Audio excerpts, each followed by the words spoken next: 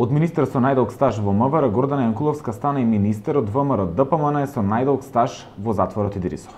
Од обвинета за која јавноста сметаше дека казните си заслужени, Јанкуловска денеска е затвореник за кој има повици за ослободување. Никој не ја заборава ниту фразата за уши циган по циган ке ги вадиме, ниту ги заборивите втрчињата од бомбите. Но никој не заборава ниту дека селективната правда не е правда. Додека таа е во затворот за гламурозниот Мерцедес, а прво обвинетиот Груевски, истовремено е во Будимпешта, владата си превесува гости со возилото. За состојбата на Јанкуловска, но и за состојбата на нејзиното семејство, за можноста да се побара нејзино помилување од Пендаровски, ке разговараме со нејзиниот сопруг, но и адвокат Владко Илиевски. Добро дојдовте. Благодарам на поканата, поздрав до гледачите. Фасцинирани сме што прво прифативте поканата, посебно во овие тешки моменти во кои се наоѓа вашето семејство. Особено поради тоа што вашата сопруга, ајде да не кажеме дека единствена, но е една од два тројцата кои машки вели јавноста ја одлежуваат казната затвор. Како е да се биде сопруг на Гордана Јанкуловска пред се? Па видете, чувството е дека сме онеправдани. Има одредена горчина и во врска со самиот прогон, кој што сметам дека се темели исклучиво на политичка основа за нејзина политичка елиминација и професионална дискредитација. Но сепак се уште сме фајтерски настроени, се бориме до крај, сакаме да истераме правдата. Тука очигледно сега тоа не ни оди добро, па преку Страсбург се надеваме дека ќе дојдеме до тој чин. Растрнат изнаку соврски, на приватна основа, на професионална основа. Кога човек е само вработен, нема работно време, мораш постојано да си на стендбај, да бидеш во контакт со странките, така да пополнет ми е денот. Можам да кажам дека и се среќавате со вашата сопруга.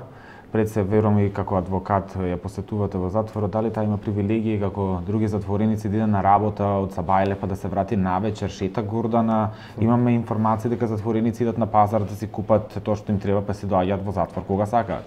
Па да, некои затвореници очигледно имаат такви привилегии, меѓутоа за жал Гордана не. Иако има повеќе од половина од казната одслужено, поради одредени конфликти, недоречености во Законот за извршување на санкции и правилникот, кој што се однесува на распоредување, класификација на осудени лица, како и заради одредени практики на работење на самата установа, Гордана се уште нема пристап до овие погодности што ги кажавте. Сметам дека тоа е пред се резултат на фактот што овој вид на третман во однос на погодностите се однесува само на осудениците од женски пол, кои што на еден начин се дискриминирани во поглед на користење на овие права, затоа што тие единствено одслужуваат казна затвор само во затворот Идризово, додека машките осуденици може да бираат според местото на живење во други установи. Тоа значи дека Гордана Јанкуловска не можеме да ја видиме во затворот во Струга, каде што ќе може и да иде на плажа во време на лето. Да, работата е што согласно овој, иако во Законот за извршување на санкции не е пропишан такви условот да не се водат други постапки кривични против осуденото лице, за Гордана знаеме дека се водат. Во правилникот, меѓу другото е пропишан и тој услов и сега затоа што се водат тие постапки, Гордана не може да ги користи тие погодности. А ги заслужили? Ги заслужи, мислам дури да не ги заслужила и следуваат законски. Каква е нејзината состојба ментално? Па, како се држи психички, како Можеби ќе разочарам многумина, меѓутоа таа е во одлична психофизичка кондиција, секој ден џогира по 7-8 километри. Се храни добро, чита книги, чита стручна литература, така да се плашите кога ќе го кажете ова да не случајно и покренат нов случај? Па до пред нека година се плашев, меѓутоа мислам дека сега се издиша таа работа во поглед на покренување на нови обвиненија. Прво затоа што веќе поминал поголем број на години од кога таа не е носител на јавна функција, така што сега и да сакаат, малку е тешко да се најде ново дело кое што би можеле да го стават во обвинение, иако не треба да се изненадиме на ако нешто такво и се случи во иднина. А јас искрено мислам дека треба да се стави фокусот сега на затварање на овие постапки кои што се уште се отворени. Еве, една од нив сега се врати на повторно одлучување во првостепениот суд. Тоа е предметот Таргет Тврдина. Само да потенцираме дека господјата Јанкуловска обвинета во делот за Тврдина, односно за уништување на опремата, не за следење на комуникациите како што е тоа беа два одвоени предмети, после ги споја. Таа е за уништувањето на опремата, што имаше сериозни, да речем, суштински повреди во текот на постапката и не сум изненаден од краткото образложение кое што го даде апелациониот суд. Еден од ретките сте, мораме да ви признаеме. Да. Дури и вака си, според содржината, си ги пронедов тезите во жалбата што сум ги пишувал, така да предпоставам дека добар дел од нив и се прифатени. Можеме да констатираме дека се прифатени тезите, но дали ако во овој случај обвинет не беше господинот Сашо Мијалков, ке имавте можност да се врати овој предмет на повторно судење? Па не знам, сега не би сакал да шпекулирам. Факт е дека и во предметот Тенк имаше исто така крајно сериозни суштествени повреди во постапката, но таму не се врати предметот. Туку и затоа ве прашав дали за секого важат правилата исти, кога ќе има навистина суштествени повреди да се враќа предметот или треба нешто повеќе од само повреди во постапката? Па еве да сме оптимисти, да се надеваме дека не е главната причина тоа што Мијалков бил во предметот да се врати на повторно одлучување. Сметам дека пред се аргументите што сме ги навеле во жалбата и повредите кои што се направени од страна на судичкиот совет. Сте прашале некогаш Јанкуловска како се чувствува кога гледа дека со возилото за кое таа беше обвинета, сега и правосудно осудена, се возат гости странски делегации? Видете, мислам, на нас ни од самиот старт јасно дека сета постапка во врска со Мерцедесот беше една фарса, еден прогон кој што имаше за цел, како што кажав, да практично се трне таа од политичката сцена, да се дискредитира, да се омаловажи.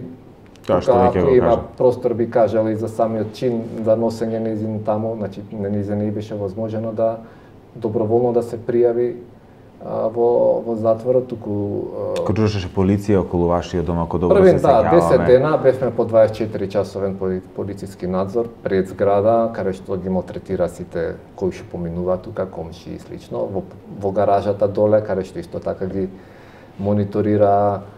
Така, имаше едно чувство на непријатност, а не е пријатно да те гледа полиција, зборам за соседите. Сте прашале како се чувствува кога гледа дека се возат странски делегации? Чувствували нервоза, чувствували револ, чувствували гнев? Не, бидејќи на нејзе е јасно која е позадината, значи не е тоа дали била оправдана или неоправдана набавката на Мерцедесот. И самите сведоци, тоа и за судот не беше спорно дека е оправдана набавката. Дека таков Мерцедес претходно немало, не биле во исправна состојба. Платите некаква штета на државата затоа што сте набавили, господијата Јанкуловска учествувала во набавка на тој Мерцедес? Нешто има штета? Тоа е апсурдот што нема штета и сега секој правник кривичар знае дека ако нема штета не би требало да има ни дело. Но еве за нас тоа не важи, има дело, а нема штета.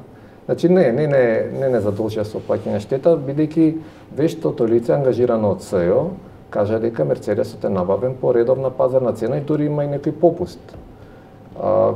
Нешто под пазарната цена е набавен.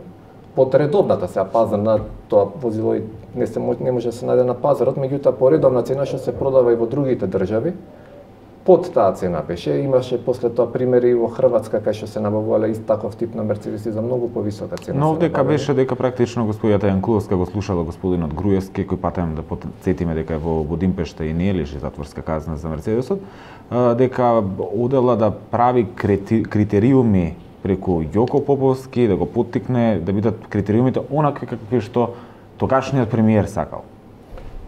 Единствен доказ против Гордана, на кој што се темелеше обвинението, Во тој предмет беа 8 снимки од незаконски следените комуникации.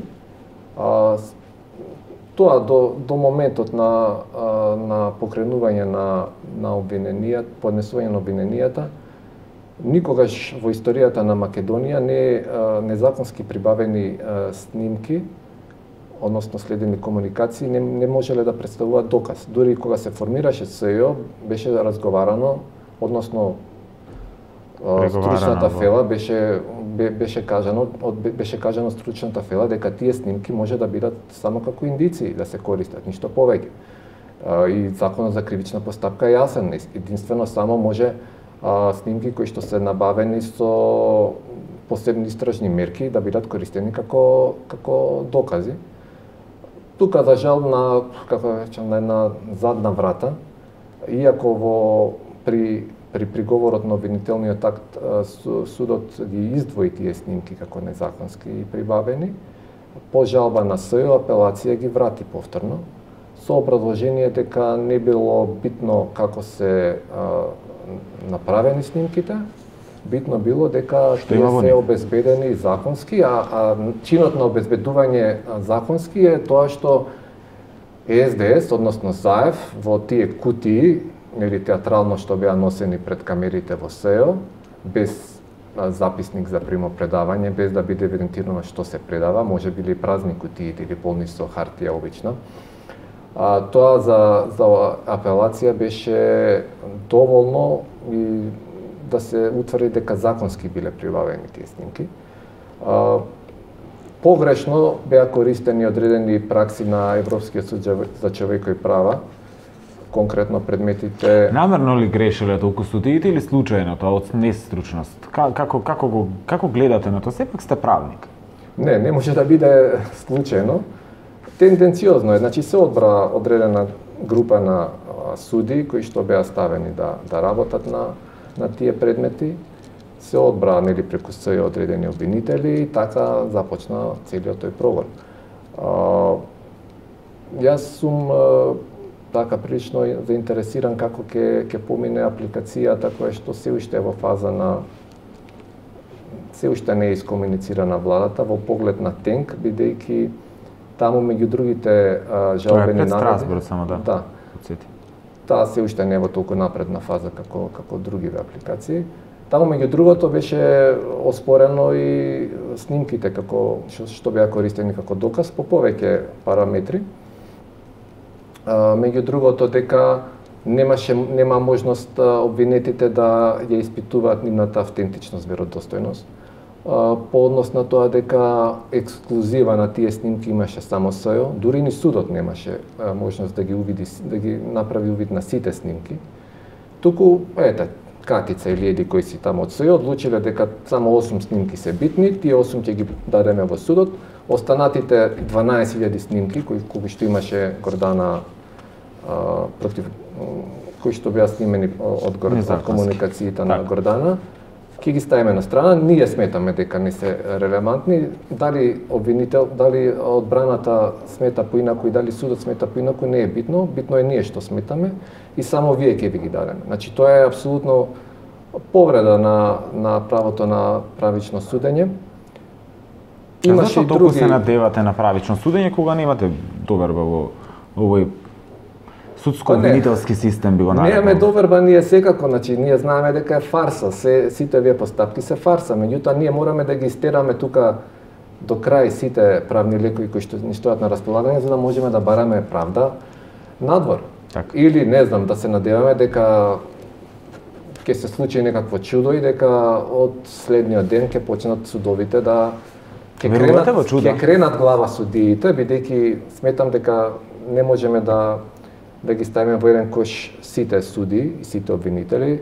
Мислам дека поголемиот дел од нив се професионални и коректни и добро си ја вршат работата. Тие се тие од тефтерчето на Гордана? Да, можеме и за тоа да збориме ако сакате. Тефтерчето на Гордана, тоа прилично беше вака надувано и предимензионирано во сите тие медиумски напади и линчување на Гордана. Сте го виделе некогаш тефтерчето на Гордана? Не верувам ни дека формално постои такво тефтерче. Сакам да кажам дека неспорно е дека во минатото биле избирани судии по одредена политичка наклонетост. И не само политичка. Па добро, не е ни спорно дека и сега се бира така. Тоа сакам да кажам. Меѓутоа, сега не само што таа пракса не запре, туку се мултиплицираше и сега дури се институционализираше тоа тефтерче преку Академијата за суди и јавни обвинители. Значи можеме да сватиме дека Гордана вовела пракса која очигледно се покажала како добра за сите политички елити? Значи не вовела Гордана пракса, видете, ако Гордана била толку моќна и таа да поставувала суди, сигурно немаше да биде единствениот политичар кој што завршил ефективно во затвор од обвиненијата на СЈО, бидејќи така е сегашната фактичка ситуација, таа Гордана е единствен политичар и еден од ретките обвинети во генерала од страна на СЈО кои што ефективно завршиле во затвор. А ќе завршеше ли ако имаше 36 милиони евра, например? Па не верувам, а не е тој единствениот начин за да не се заврши во затвор. Имавте понуди? Од она што го знам, немало некоја директна понуда, имало као пријателски добронамерни советувања дека ако прифати да соработува, ако јавно се дистанцира од, не знам, минатото сегашното раководство на партијата, доколку прифати одредени политики, како например поменување на уставот и слично, дека ќе помине подобро. И јас верувам дека некои нејзини бивши колеги прифатиле такви дилови, бидејќи гледаме дека единствено таа се наоѓа кај што се наоѓа, а дел од нив се уште угледни граѓани, даваат, пишуваат колумни, ги викаат на средби во амбасади, така да... Имате ли храброст да ги именувате тие колеги? Не би ги именувал, првин, не се присутни, сега не можам да ги спомнувам. Второ, сега имам доволно проблеми, не би сакал да ме влечат по судови за клевети и слично. Иако може и тоа да се одбрани пред нашиве судови.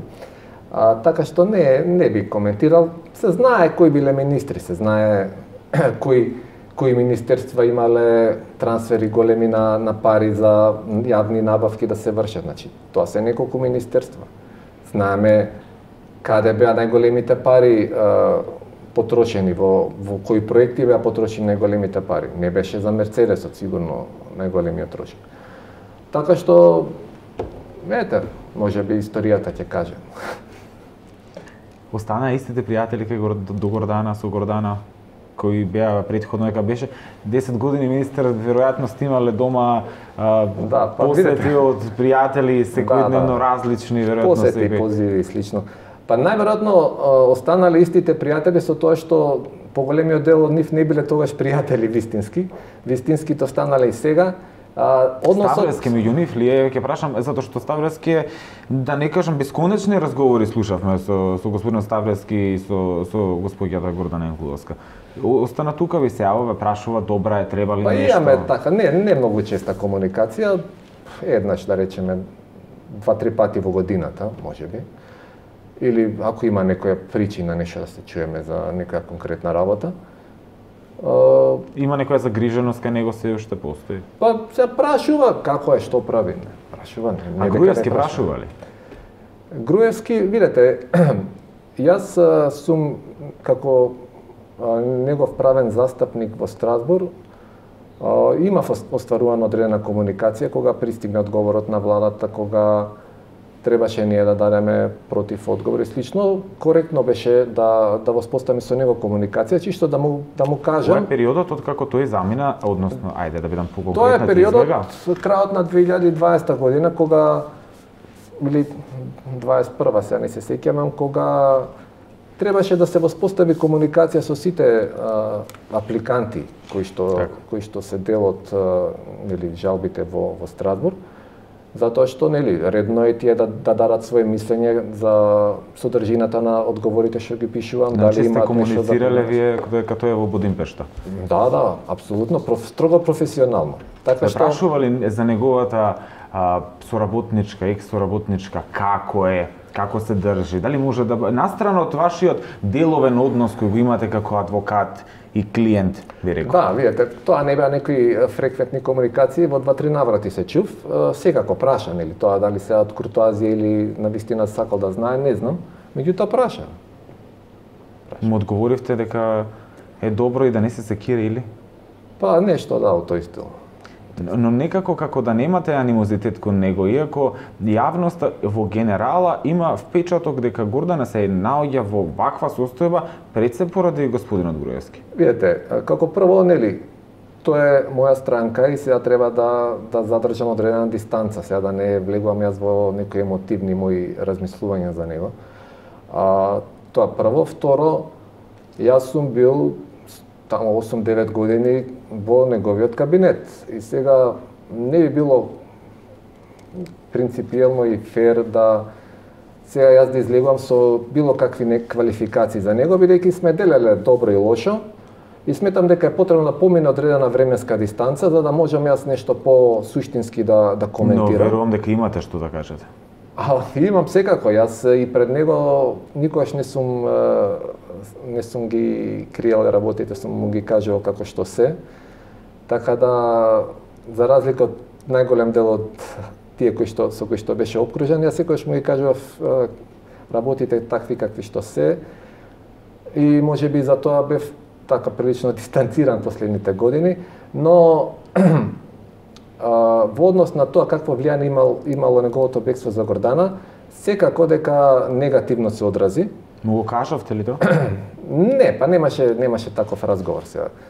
Практично значи, би требало тој да знае. Би требало да знае. Иако вие сте му адвокат сега пред странски судови, на адвокат е адвокат. Верувам, да, не ви кажал дали избегал од Македонија во багажник или немаше? Немаше такви разговори апсолутно. Не, на крајот на денот не ме не интересира, а и не гледам ни зашто би ми кажала, што би бил искрен со мене. Дали ако се слушнате следен пат покренели тие професионално деловни односи, ќе го прашате дали ќе се вратили на бел коњ, како што еве некои политичари во државава веќе најавуваат, дека можеби ќе се врати? Па, реално мислам дека неговата кариера политичка е завршена. После се ова што беше изнесено и во јавност и во рамките на судските постапки и тоа што е ставена црна листа, значи реално нема тој иднина како политичар. Каква е иднината на Гордана Јанкуловска? Каква е иднината? Па, сега сме фокусирани да исправиме оваа неправда што и се причинува, за да почнеме конечно нормално да живееме како семејство. Ке се врати во политика можеби некогаш? Мислам дека не, јас барем сум апсолутно против за тоа, затоа што дефинитивно пред се оваа држава не заслужува да Гордана се врати во политиката, па и општеството, можем да кажем. Затоа што однапред ја осуди? Па однапред ја осуди, беше предмет на јавен медиумски линч, никој реално не застана во нејзина одбрана. Дури не само што не застана, туку е сеирџиство, ситење, пакосни злобни коментари, така да нема зашто да... Но Гордана ја смета и за некој, како дел од владата, и за лик кој правел злобни работи кон општеството и кон оваа држава. Кои се тие? Па како ќе ви звучи на вас кога ќе ви кажам за уши циган по циган ќе ги вадиме? Па знаете, таа не го кажала тоа ниту во јавност, ниту во некој разговор лице во лице, туку го кажала во некој приватен телефонски разговор, кој што е вкусно кога ќе се чуе од Не, знаете како, бидејќи ние како јавност веројатно се надевам повеќе. Очигледно дека таа била континуирано следена, нејзините комуникации биле континуирано следени со години. И очигледно дека некој знае што точно да извади од тие разговори. Јавноста треба да знае дека Гордана Јанкуловска буквално работела 24/7, дека во одредени делови од денот таа имала разни тензични ситуации и на работа, и во партија, и можеби и дома, имало нервоза, имало можеби, не знам, секакви работи се случуваат во текот на еден ден. И некогаш тие работи не биле кажани со, не знам, предумисла, не биле кажани со некоја намера дека сака некого да навреди или слично, тие биле кажани работи во разговор помеѓу двајца колеги. Значи вие сакате да кажете дека тоа е исто кога ќе ме налутите, на пример, вие мене, јас ќе ви кажам ќе ве убијам, вие нема да се уплашите затоа што ќе знаете дека е разговорно. Така веројатно и Гордана. Така, или сега не значи дека ако некого опцувам јас по телефон, сакам да ме обвинат за обид за силување, значи така ќе му дојде. Тоа е вербален деликт, својствен на едно минато време. И кога тие работи се кажани приватно, кога не биле наменети за пошироката јавност, не може да се земат тие за зло, бидејќи биле само кажани, нити бил некој влечен за уши. Знаете како јавноста очекуваше навистина да бидат процесирани случаи каде што стварно ќе видиме кого влечела Јанкуловска за уши. Стварно очекуваше да видиме за тефтерчињата, да ги отвориме, на кои суди биле. Судат истите суди, не видовме процес таков дека каде што ќе видиме дека навистина некој се влече за уши.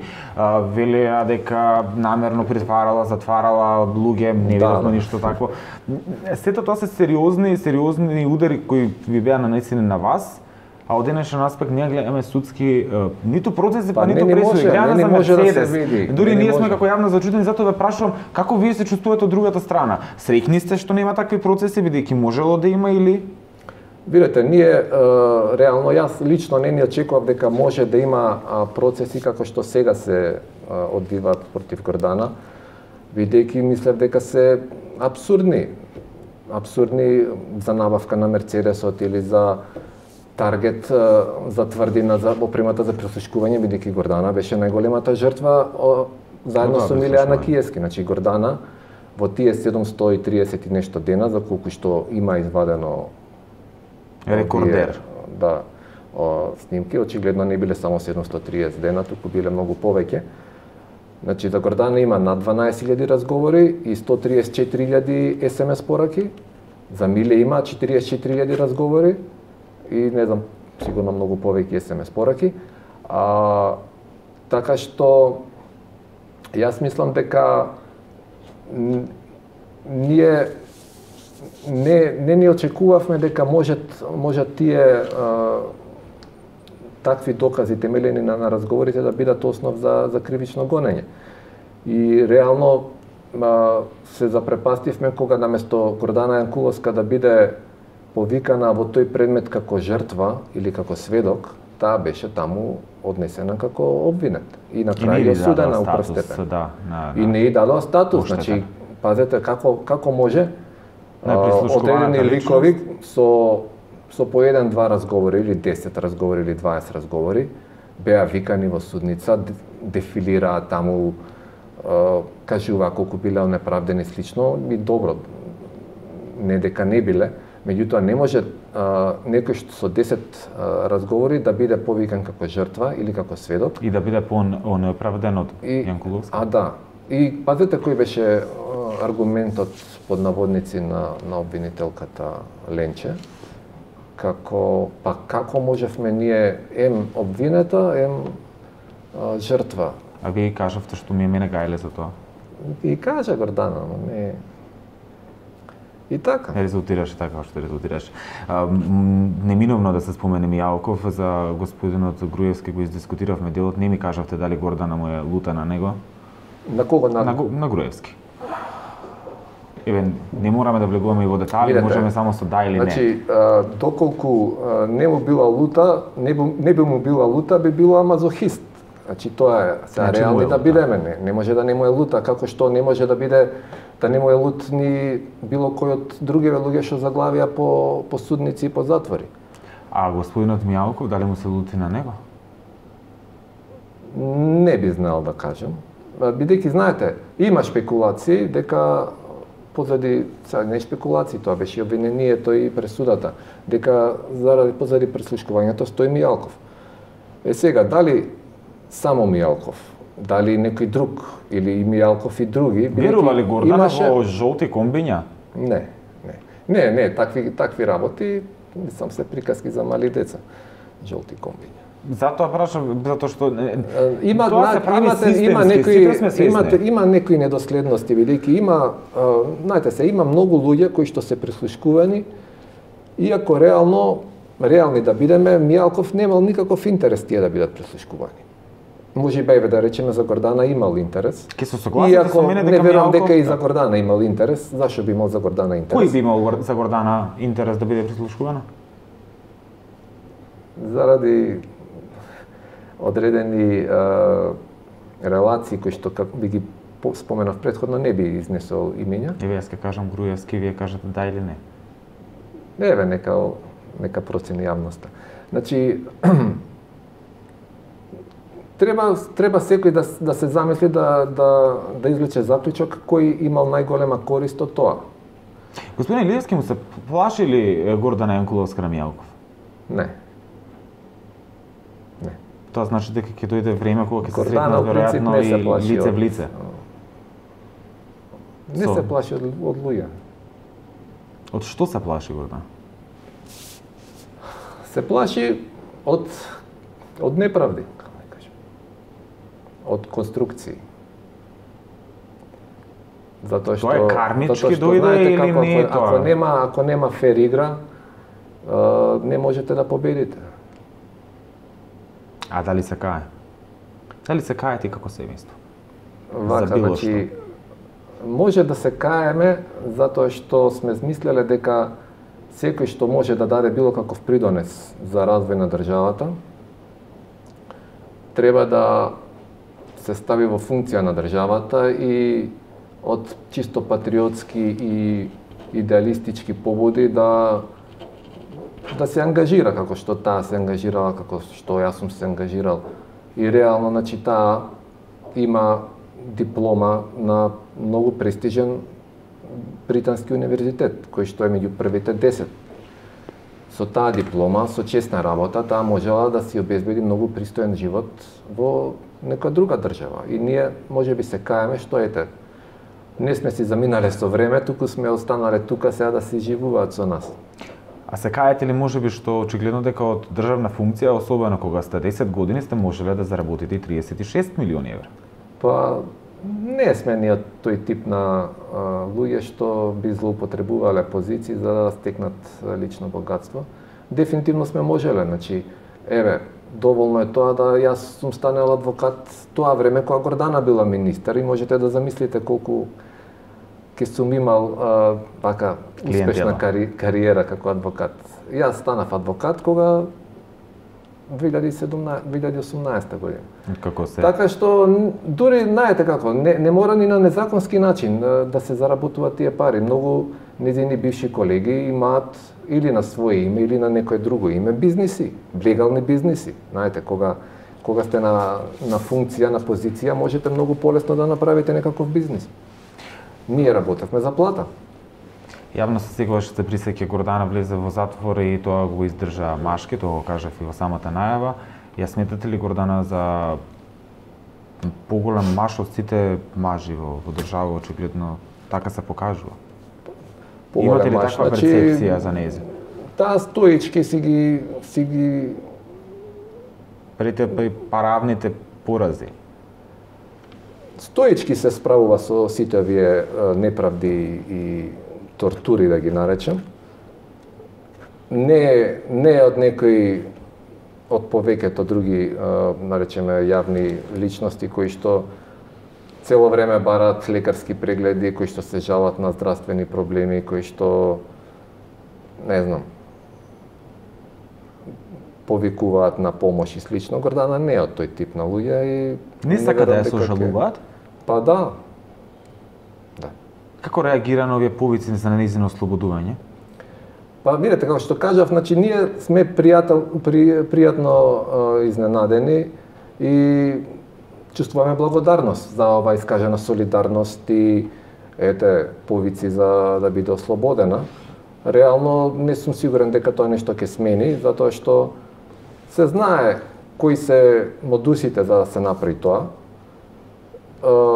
Конкретно, нели, најлесниот, најбрзиот начин е Пендаровски да ја помилува, имајќи во предвид каква е досегашната пракса на помилување на лица од страна на Пендаровски, дека има одреден круг на одредени луѓе кои што од вака нејасни критериуми се помилуваат дури по повеќе пати.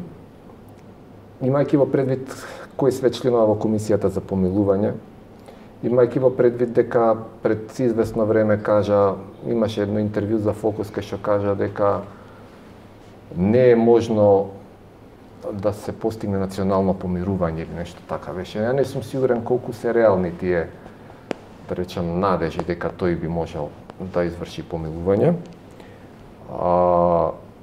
Друг начин е, не знам, обвинителство да бара заштита на законитоста. Тоа е исто начин. Меѓутоа така биделе против Кацарска. Кој би се осмелил да бара да се утврди незаконитост во незините пресуди? Кој би се осмелил да повтори дека Кацарска беше судија во кривичен суд и ја донесе пресудата за Тенк, каде што таму има сериозни проблеми, не стигнавме за тоа да збориме. И од аспект на пристрасност, и од аспект на тенденциозност, на повреда на презумпција на невиност, повреда на право на одбрана, да не се дозволува изведување на докази, да знаеме дека во 40-та недела бременост, ризична бременост ја тераше да иде на судење, бараше да се направи вештачење во клиника за гинекологија, мислам дека беше дали може да се движи и да присуствува на судењата. И се пазете вие, значи, тие што малку се разбираат во тој дел на здравството, знаат дека жена во тој одминат стадиум на бременост, посебно ризична бременост, секоја нервоза или стрес, слично може да предизвика компликации. Кај не знам, имаше такви компликации. Исто така се знае, тоа е општо познато, дека во тој стадиум на бременост имате вие нерамнотежа на хормони или слично. Значи, не е одењето во судница како одење во театар, па вие сега ќе седите и ќе си гледате представа. Вие морате активно да учествувате во одбраната. И сега не знам како го доживуваат, бидејќи реално гледано голем дел од тие судења се театар. Се е фарса, значи театар, каде што се знае однапред која ќе биде пресудата, се знае со која динамика ќе се одвиваат судењата, се знае на кој судење ќе му се даде предимство, кое не. Видовме ние дека Тенк беше едно од судењата кај што беше на врвот од приоритетите.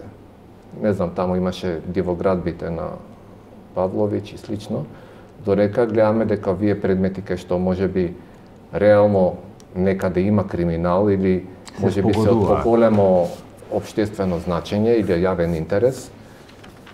Видете, спогодувањето е легитимна и легална работа. Тоа е дел од законот за кривична постапка. Вака, значи, за да се спогодите, првин треба да знаете да имате вина и да ви биде понудена некоја спогодба. Ние како да се спогодиме за Тенк сега? Како да се спогодиме кога нити има вина, нити има дело, нити има штета, не може да се спогодиш. Зошто се реши господја Тенкуловска да се спогоди за Титаник? Знаете, бидејќи се уште таа постапка е во фаза на одлучување, не би сакал многу да коментирам, само би кажал дека треба да се има во предвид во каква позиција се наоѓа сега Гордана, треба да се има во предвид колку неправично судење имаше во другите постапки, треба да се има во предвид дека е нели одвоена од семејството и тоа беше како еден вид на начин да покаже некоја добра волја како носител поранешна јавна функција да признае дека има одговорност некаква, со оглед на тоа што и самото јавно обвинителство кажа дека конекцијата на Јанкуловска со тие действија е многу мала, дури самото јавно обвинителство понуди да предложи на судот да се даде условна казна. И сега ние добивме 2,5 години казна затвор. Тоа е нашето судство. Кога ќе погледнете вака фотографија Гордана во судница, ова е токму од Титаник фотографија. Какво е чувството? Како се чувствувате, затоа што вие седите до Гордана во судница, барем кога се судските процеси во прашање? За Титаник не бев јас таму. За другите предмети, така, на крајот на пресудата, знам дека. Видете, посебно за Тенк, како да ви кажам, значи тоа не беше воопшто дискутабилно дека таа ќе биде осудена, значи бидејќи Кацарска, кога за неја снели се развои постапката, заради бременоста, кога беше изрекувањето на пресудата за Ѓоко Поповски и Никола Груевски, при изрекувањето на пресудата Кацарска кажа дека тие се, нели, за Поповски е виновен, затоа што Гордана Јанкуловска го поттикнала да ја направи набавката. И сега што да очекуваме ние кога таа со такво предубедување влегла во оваа другава постапка за Гордана дека ќе ослободи од вина? Тоа е еден исто од аргументите за Имате надеж во Страсбург? Па едино тоа ни остана. Така. Има и некои информации дека практично владата со дописи постојано се обидува да таа одлука за аболицијата на Иванов да ја одложи барем на некое време, очигледно дека можеби негативно и ќе влијае, тоа значи дека ќе влијае позитивно на обвинетите, ќе биде прифатена вашиот поднесок. Дали е тоа точно, не е точно, што токму се случува, затоа што малте не на мала врата веќе може да се каже дека тие аболиции ќе се прогласат за законски, дека еднаш дадена аболиција не може да се повлече. Па мислам дека имаше обиди да се одолговлекува. Првин, тоа е редовна процедура, значи судот кога ја комуницира владата, кој ги поставува одредени прашања на кои ќе треба да даде одговор, исто така ја повикува и ги повикува и двете страни да се дојде до нека пријателска спогодба. Тоа е дел од редовната работа на судот и дел од правилникот на судот. Очигледно треба на Страсбург да му кажете дека немате 36 милиони евра во Македонија за да се спогодите. Првично беше дадена, не знам, неколку месеци беа дадени да се спогодиме и после, ако не се спогодиме, да почне тој процес на одговарање на прашањата, тој процес на, да речеме, на конфронтирање на тезите, на аргументите. И сега владата, значи ние неколку пати пројавувавме интерес да се спогодиме, дававме предлози, бевме кооперативни. Владата цело време молчеше. И на крај, последниот ден, кога истекуваше за рокот за да постигне спогодба, таа го известува судот дека не сака да се постигне спогодба. Што е легитимно да не ќе да постигне спогодба, меѓутоа зашто чекала толку време? И потоа нормално, значи кога дава судот рок да одговори на прашањата, владата секогаш тој рок бараше да се пролонгира, користејќи различни аргументи од типот има корона, не работат институциите, преоптоварени сме со други предмети, комплексни се овие предмети, така да во повеќе наврати беа одлагани одговорите и еве, веќе помина повеќе од 5 години од поднесувањето на првата апликација. Сега пак имаше некои преписки кои што не беа суштествени, барем не од нивната страна.